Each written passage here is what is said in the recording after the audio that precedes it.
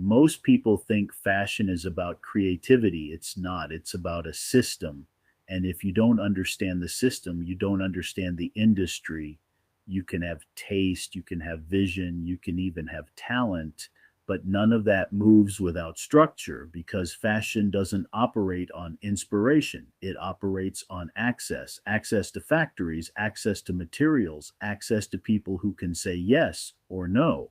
And most of that access is controlled long before a garment ever exists. People think brands rise because they're good. Sometimes they are, but more often they rise because they're positioned inside a network, a system of relationships, timing, and production that most people never see. In Los Angeles, that system used to be visible, not obvious, but visible. You had factories, pattern makers, cutters, sewers, finishers. You had showrooms where buyers came through. You had a rhythm. If you knew how to move through it, you could build something real, not easily, but directly.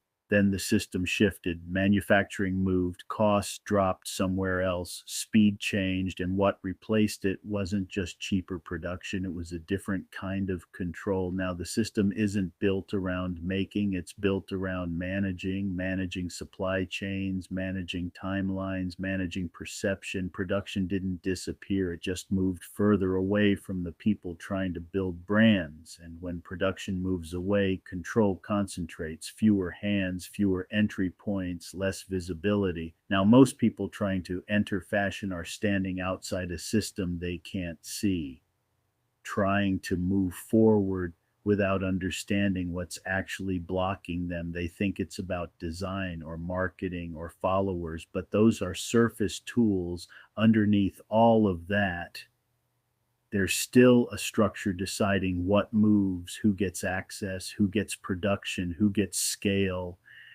And most people never learn how it works because it's not taught, it's experienced, or it's missed completely. You'll see brands appear, you'll see them disappear, and from the outside, it looks random, but inside the system, nothing is random. Timing matters, relationships matter, and knowing where you are in the structure matters more than anything. That's the part people don't see. They see the product, they see the image, they see the moment, but they don't see what made it possible. And once you understand that, you stop looking at fashion the same way. You stop asking, how do I make something? And you start asking, where do I fit in the system that decides what gets made? Because that's where movement actually starts. That's where brands are built, not just on ideas, but on position. And if you don't understand the position, you're not really in the game. This is the system that controls fashion, and most people